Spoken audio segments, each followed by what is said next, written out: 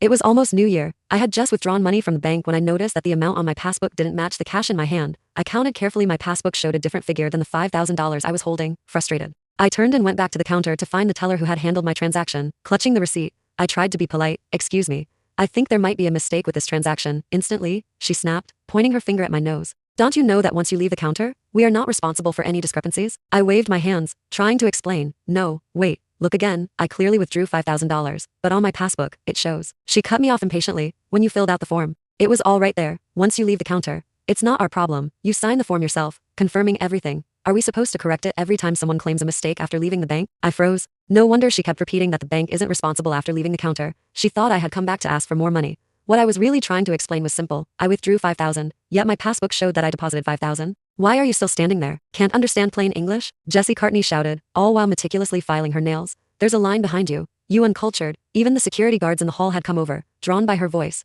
I couldn't help but laugh. Truly, I did. In all my years, I had never seen someone rush to hand money to a bank, only to be shooed out with a broom. I wasn't ready to give up. I nudged the receipt toward the glass counter. "Number 035. Let me confirm one last time. If the bank makes an operational error, and the amount is wrong, does that still count as you're not responsible once I leave the counter?" Rule. Jessie didn't even glance at the slip. She didn't lift her eyelids. "You're a broken record, huh? Can't see the big letters on the wall? Once you leave this counter, whatever money you have or don't have is your problem. That's the rule, got it?" The rule? She deliberately emphasized the word rule, her expression arrogant as if she owned the bank herself. I took a deep breath and nodded. "Fine, but remember, you said that. Rules are rigid, people aren't. I'll follow your rule." I folded the receipt neatly and slipped it into my pocket. Jessie snorted. "Poor people and their fuss. Security, keep an eye on her. Don't let her make a scene again." A guard shoved me forward. "Move along, don't block the way." I walked out of the banking hall, letting the shove carry me. Once outside, I glanced down at the black bag in my hand. Inside was $5,000 in cash, freshly withdrawn from the vault. I took out my passbook and flipped to the last page. The bold print from the bank's printer stared back clearly. Deposit? $5,000 balance, $15,000. I originally had $10,000 in the account. I had come to withdraw $5,000,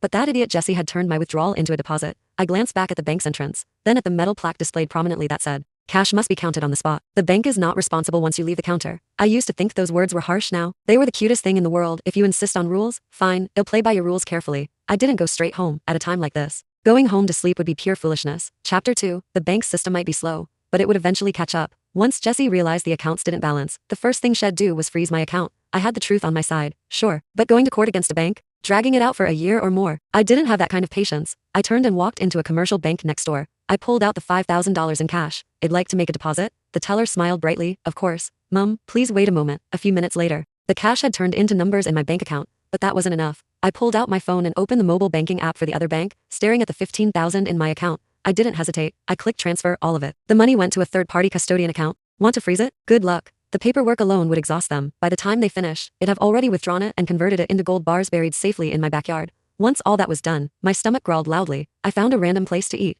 Halfway through my meal, my phone rang, an unknown number, a local landline. I had a pretty good guess who it was, but I didn't answer. The vibration stopped, then rang again, and again, relentless, like a tireless death knell. I didn't pick up the phone. Not because I was scared, I was eating. And eating while talking on the phone ruins digestion, especially when the voice on the other end is a barking lunatic. I finished the last piece of meat, let out a satisfied belch, and the phone was still ringing, this time, a different number. I slowly wiped my mouth with a napkin and pressed answer. Before I could even speak, Jessie's hysterical shriek came through the line. "Claire Dune, you little, get that money back to me. Now, immediately, right this second." I wasn't angry. I picked at my teeth with a toothpick, voice calm. "And you are? Don't play dumb. I'm from the bank. The one who helped you this afternoon." Her voice trembled. She was close to losing it. "Oh, it's you," I said casually. "What's the matter? 035, cut the crap. I messed up this afternoon. Gave you extra money. No, I deposited it wrong. You'd better get it back to me right away, or I'll call the police." It was $10,000, a huge sum. "If I report it, you'll go to jail." I held the phone slightly away from my ear. Her voice was nails on chalkboard loud. After she finished yelling, I spoke slowly. "Excuse me. Are you sure you're remembering this correctly? This afternoon, I confirmed it with you more than once. You said the bank isn't responsible once I leave the counter." There was a noticeable pause on the other end before she erupted again. "That was just me venting. Don't take my words literally. I'm telling you, Claire. The bank's money isn't that easy to take. This is unjust enrichment. It's a crime. If you don't return it, I'll make sure you regret it." I laughed. "If it's a crime, go ahead and call the police. Let them come and get me." I hung up, and just like that, I blocked the number. "Want me to return the money? Fine, but if you're asking, show some respect." This tone commanding. "Bossy, is that how someone asks for a favor?" Besides, I was not one to take a loss. Chapter 3. The next morning, I went to work as usual, just inside the lobby on the first floor. I saw a crowd gathered near the reception. Right in the center stood Jessie. She wasn't wearing makeup today. Next to her was a middle-aged man in a suit, the bank manager from their branch, Pete Conrad. I'd seen him pacing the lobby before, hands clasped behind his back like a petty landlord inspecting his turf. 2 police officers were also present. Jessie's sharp eyes spotted me the moment I stepped in. She froze for half a second,